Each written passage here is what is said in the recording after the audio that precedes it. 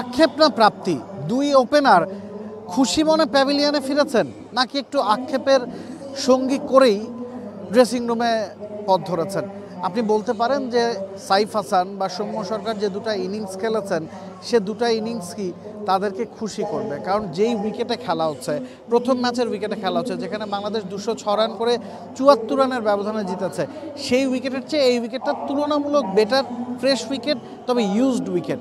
এই উইকেটে বাংলাদেশি ব্যাটসম্যানদের টার্গেট ছিল পাওয়ার প্লেটা কাজে লাগানো। যখন স্পিনারদের দিয়ে ওয়েস্ট ইন্ডিজ অ্যাটাক করেছে, সাইফ সৌম্য দুজনই চেষ্টা করেছেন নতুন বলে, যখন আপনি একটু এক্সপেক্ট করতে পারছেন যে বাউন্সটা কেমন, সুইংটা কেমন হবে, সেই সময়টা কাজে লাগানো, পাওয়ার প্লেটা কাজে লাগানো এবং পাওয়ার প্লেতে একটা বড় রান করে ফেলা যাতে পরের ব্যাটসম্যানদের উপর চাপটা কম থাকে।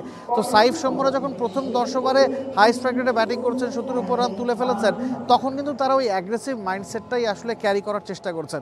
সেটা তারা 25তম ওভার 26তম ওভার পর্যন্ত করতে পেরেছেন দেখেই বাংলাদেশ একটা ভালো অবস্থানে পৌঁছে গেছে।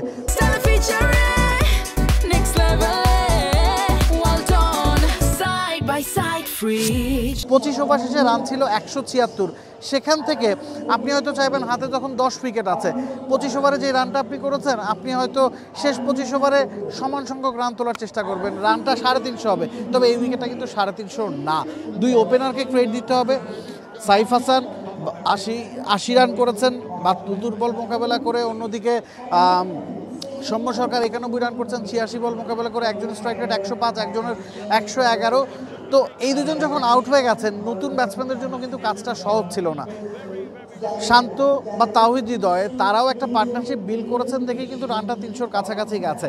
মিডল ওভার্সে বাংলাদেশ কিছু গ্যাম্বল করেছে, নাসুমকে সুযোগ দিয়েছে left hand right hand combination maintain করতে। রিশাদ, যিনি গেল 2 ম্যাচে আউটস্ট্যান্ডিং ব্যাটিং করেছেন, হাই স্ট্রাইক রেটে ব্যাটিং করেছেন, তাকে আগে নামানো হয়েছে। তো ওই গ্যাম্বলগুলো যখন পেইড অফ করেনি, তখন কিন্তু ওই সোহানের 8 বলে 16 বা মিরাজের 17 বলে 17 রানের ইনিংসটাই বাংলাদেশকে 300-র কাছাকাছি নিয়ে গেছে। এই উইকেটে এই রানটা কি আসলে যথেষ্ট কিনা? অবশ্যই যথেষ্ট। এই উইকেটে যথেষ্ট রান বাংলাদেশ বোর্ডে জমা করতে সক্ষম হয়েছে, কারণ উইকেটটা 230-40-এর উইকেট, যেটা মিরাজ বলছিলেন যে জিততে হলে 230-40 রান যদি আপনি করেন, আপনি হয়তো ম্যাচটা জিতবেন। সেখান থেকে বাংলাদেশ প্রায় 60টা রান বেশি করেছে। আপনি হয়তো এক্সপেক্ট করেছেন যে ওই ধরনের ওপেনিং পার্টনারশিপের পরে আপনি 300 ক্রস করবেন, 330-40 করবেন, সেটা হয়নি। তবে রানটা যথেষ্ট হয়েছে।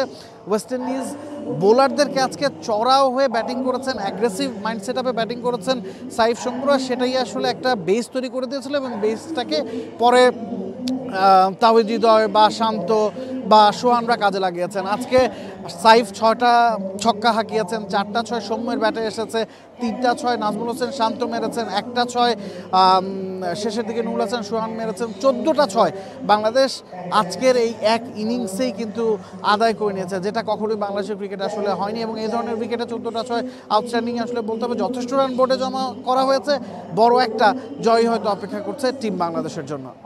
Nabil Kaiser, T Sports. For more updates, subscribe to our YouTube channel and click on the bell icon. Follow us on Facebook and Instagram. Download T Sports app to enjoy exciting games and highlights. Visit tsports.com.